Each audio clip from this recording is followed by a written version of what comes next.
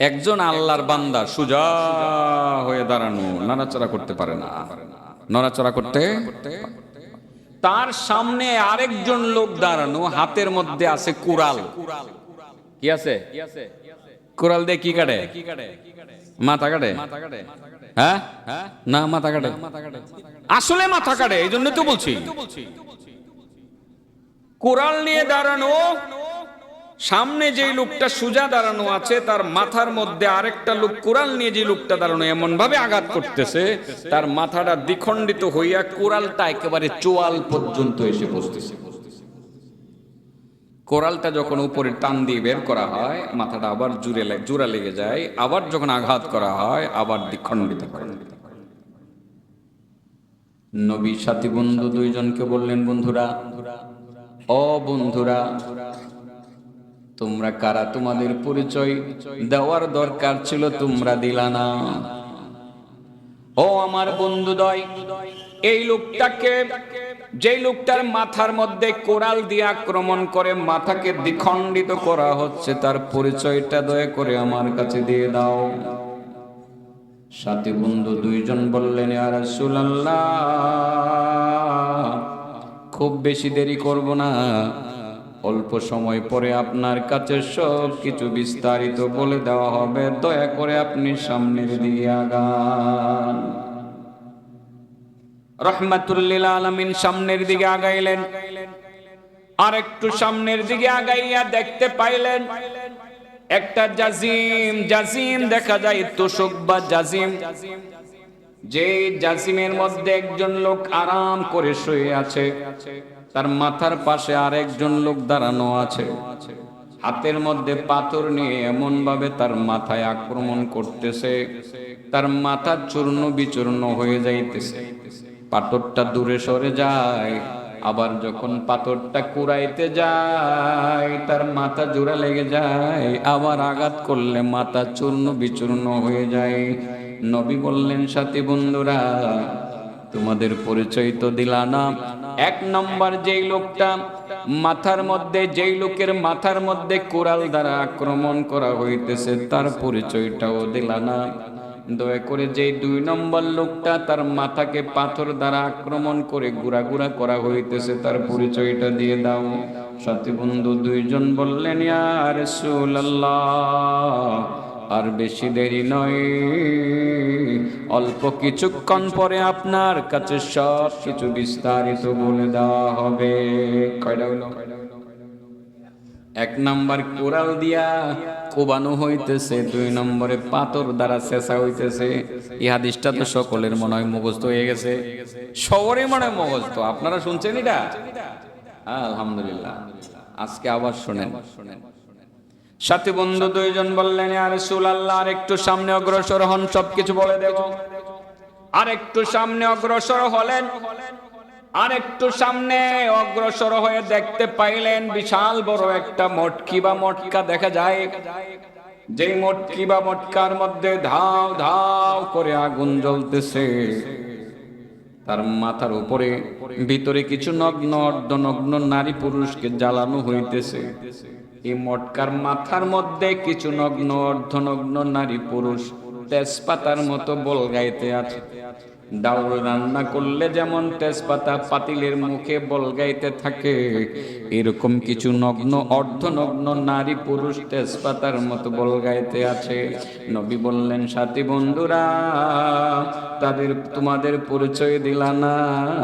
এক নাম্বার ব্যক্তিটার পরিচয় দিলা না, দুই নম্বর মানুষটার পরিচয় দিলা না, তিন নাম্বার দয়া করে তিন নাম্বার মানুষগুলোর পরিচয় দিয়ে দাও।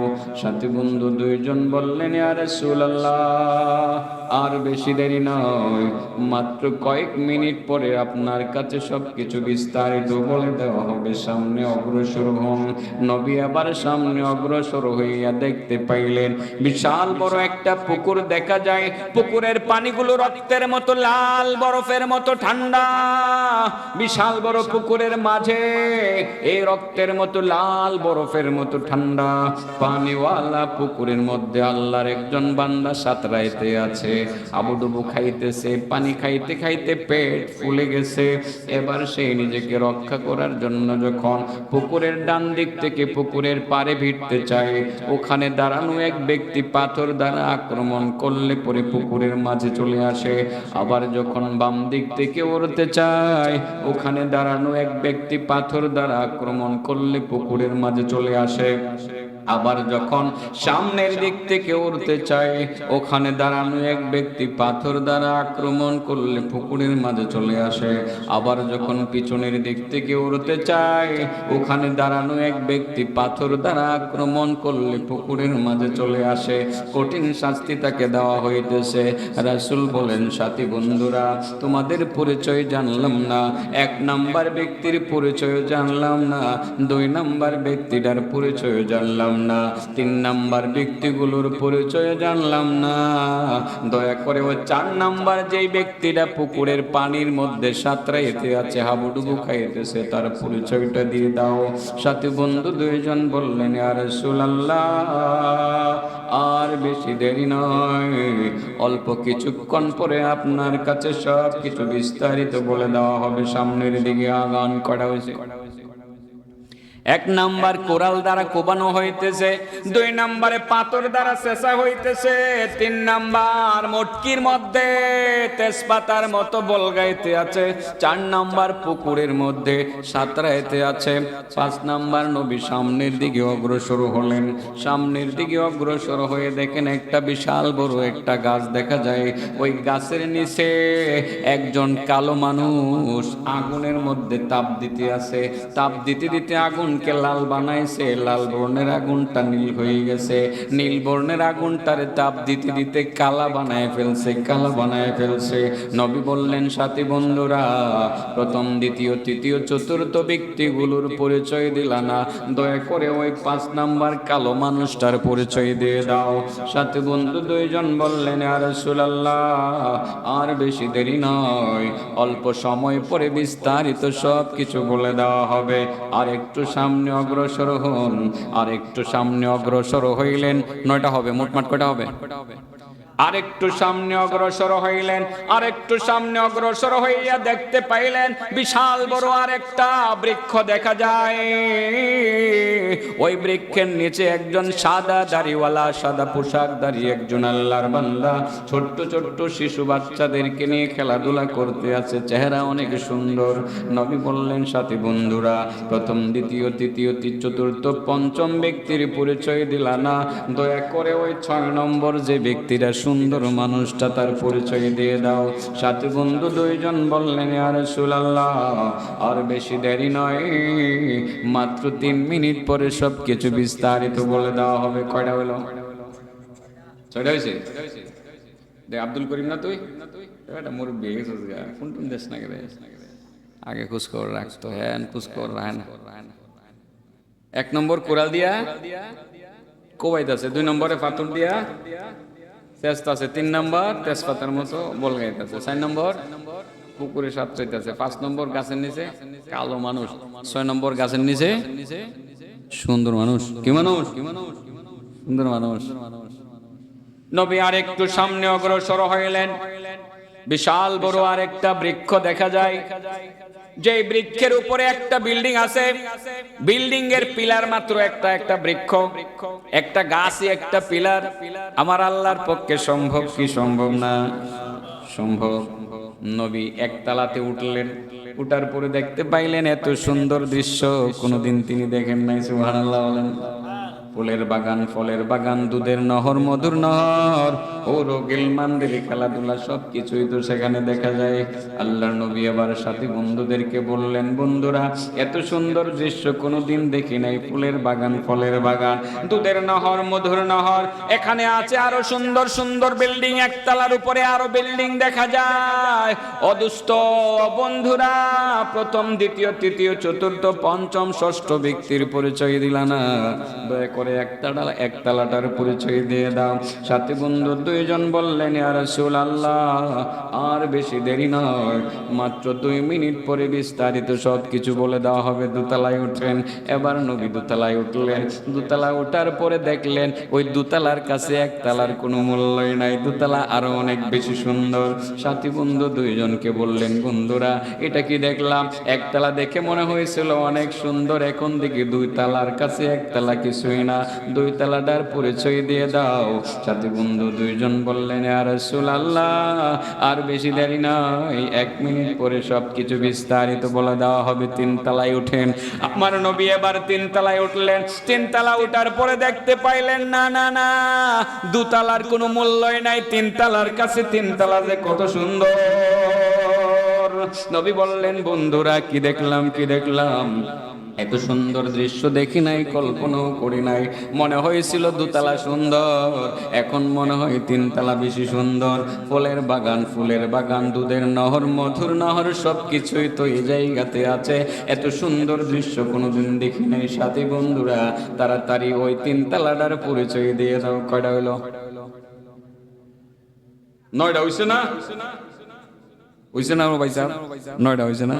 1 নম্বরে কুড়াল দিয়া কুবাইতেছে, 2 নম্বরে পাথর দিয়া সেচতাছে, 3 নম্বরে তেজপাতার মতো বলগাইতেছে, 4 নম্বরে পুকুরে সাঁতরাইতেছে, 5 নম্বর গাছের নিচে কালো মানুষ, 6 নম্বর গাছের নিচে সুন্দর মানুষ, এরপরে আর 3টা, 1 তালা, 2 তালা, 3 তালা। হইছে না?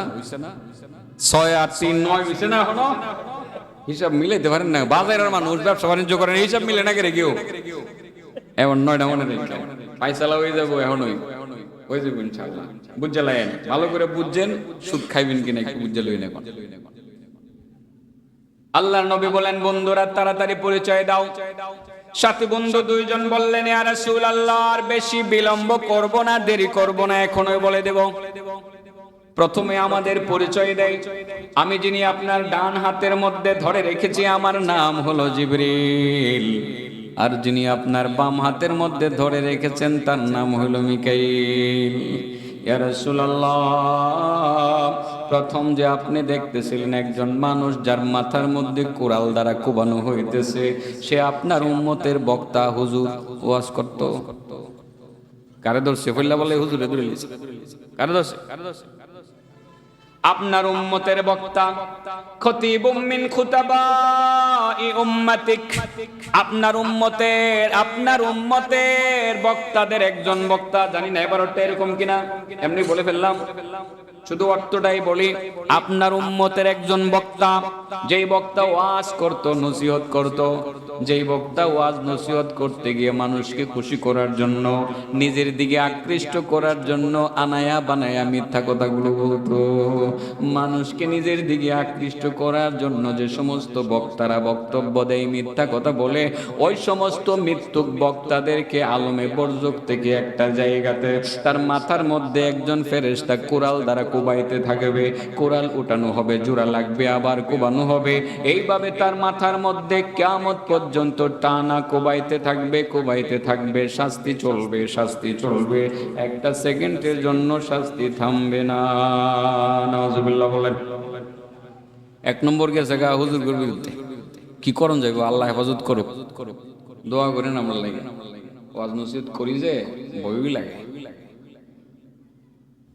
1 নম্বর হুজুর বিরুদ্ধে গেছে গা, 2 নম্বরও মনে হয় হুজুর বিরুদ্ধে যাবো গা, 3 নম্বর যাবো গা আপনার বিরুদ্ধে, 4 নম্বরও যাবো গা আপনার বিরুদ্ধে।